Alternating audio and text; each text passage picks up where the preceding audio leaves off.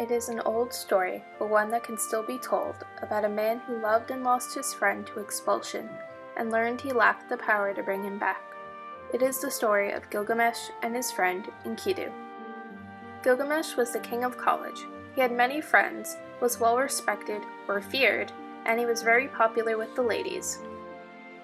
Enkidu, however, did not have the same luck.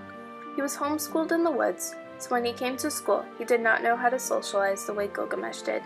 Luckily, a resident assistant helped Enkidu to learn about college life. Gilgamesh did not like sharing his popular title with Enkidu. They exchanged some pretty nasty words before Gilgamesh ran off. Enkidu, adjusted to college, finally went to move into his room, only to discover that his roommate was the one and only Gilgamesh. And that is the origin of this inseparable pair. Gilgamesh and Enkidu were the very best of friends. They did everything together. One day they got the bright idea to steal the sacred trees from their campus. However, all the trees were cut down, so they had to settle for the books from the school library. They were almost caught by the librarian, Mr. Humbaba, but luckily they got away.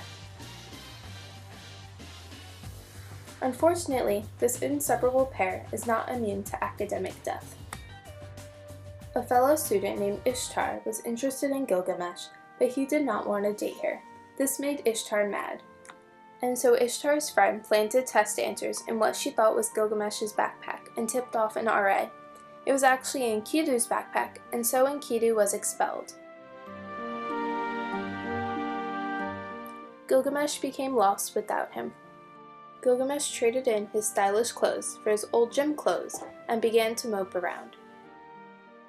He was afraid for his own academic life and wanted to bring Enkidu back to college. He tried to confide in his friend Suduri, telling her that he's going to talk to Dean Utnapishtim. Suduri told Gilgamesh that he should not bother, and that he should just keep his grades up and then everything will be fine. Gilgamesh did not like this advice, so he decided to go see Dean Utnapishtim anyway. Gilgamesh asked the elevator man to press the second floor, but he refused, so Gilgamesh pressed the button himself. Gilgamesh told Dean Utnapishtim that he was worried about failing his classes and getting thrown out of school like Enkidu did.